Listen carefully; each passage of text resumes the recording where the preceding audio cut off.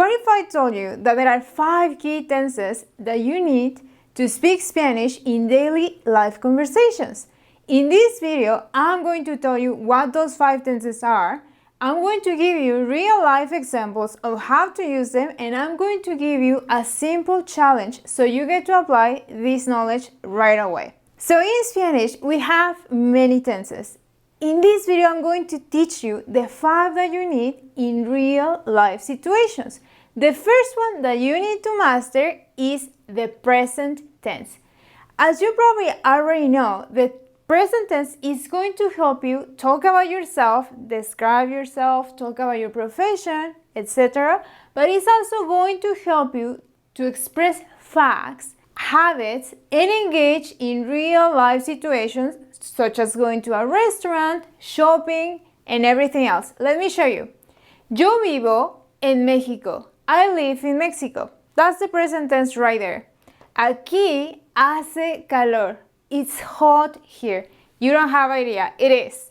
Let me show you another setting. ¿Cuánto cuestan los tacos? How much are the tacos? So if you learn the present tense, you're able to go shop anywhere and communicate with all people.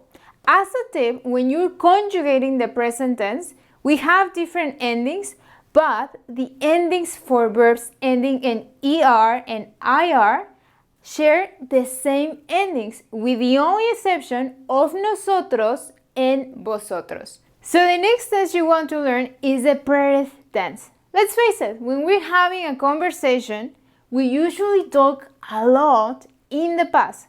What did we do? How was our weekend? Right? To express this information, we use the present in Spanish. This tense allows you to talk about finished actions, and we usually can express the specific moment when that action took place. For example, ¿Qué tal estuvo tu fin? How was your weekend? In Spanish, tu fin is a casual way to say weekend. Yo no hice nada, solo fui al súper. I didn't do anything, I just went to the grocery store. Disculpe, ordené la sopa del día. Excuse me, I ordered the soup of the day. As you can see, you can also use the present not only to talk about what you did, but also to engage in real context, such as correcting your order in a restaurant. The next tense you want to learn is the near future. And as you can probably tell by the name, the near future helps you talk about future actions that are going to take place very soon. We use it for plans or things we're going to do right away.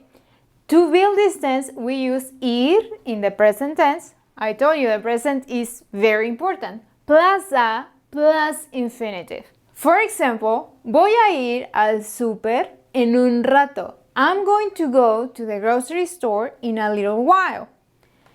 ¿Qué va a llevar? What are you going to take? In Spanish, ¿qué va a llevar is a common question that we hear when we go to a restaurant, a food stand, or a grocery store. This is what people ask us when they want to know what do we want.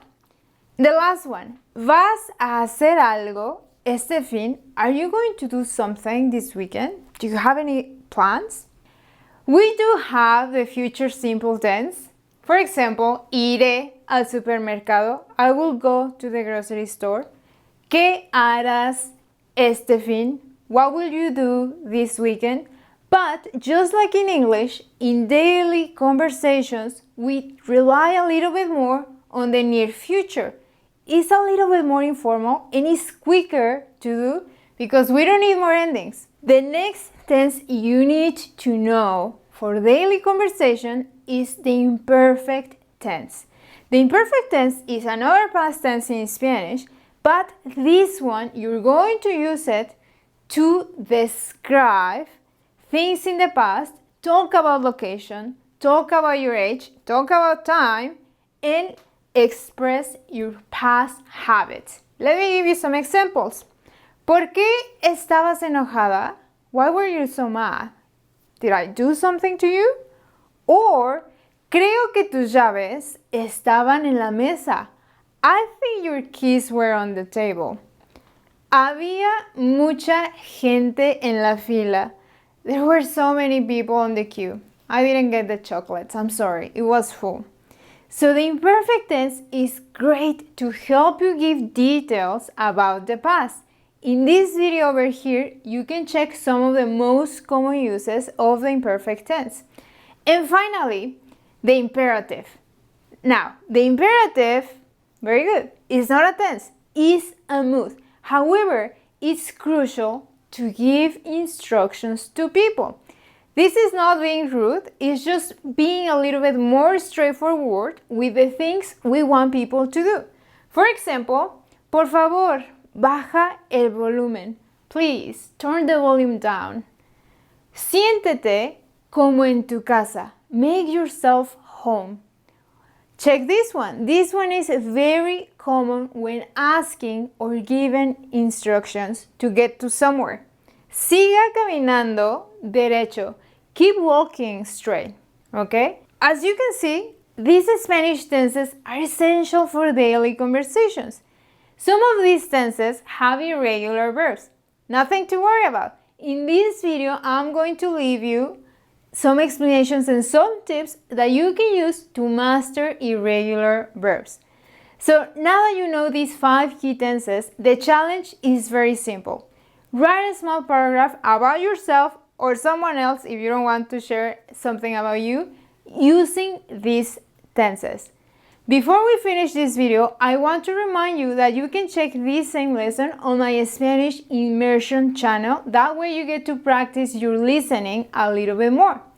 So that's it for today, guys. If you like the video, it would really help me if you can give me a like. I hope to see you soon. Bye!